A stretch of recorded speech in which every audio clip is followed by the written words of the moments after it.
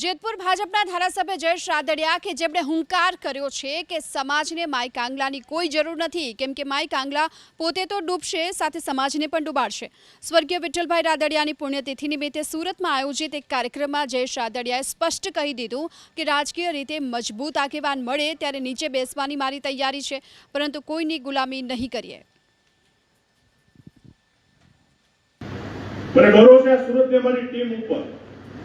કે ભાઈ જામપુરા તાલુકાની ટીમ હોય આખો દિવસમાં એના પોતાના કામ માટે એક ફોન ક્યારે નથી આવ્યો મને,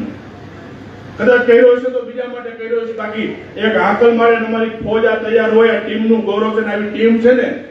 અનેક જગ્યા ઉપર બેઠી છે ને ટીમ ઉપર અને ભરોસો છે, એટલે કદાચ કોઈ પાડી દેવાના કાવતરા કરતા હશે તો સફળ નહીં થાય। માઈ કાંગલા હોય ને એની સમાજને જરૂર નથી, પોતે તો ડૂબી જાય, સમાજ નહીં ડૂબાય, તે ખબર નહીં પડે। માઈ કાંગલા નેતાની કાંઈ જરૂર નથી, સમાજને આજે જરૂર નથી।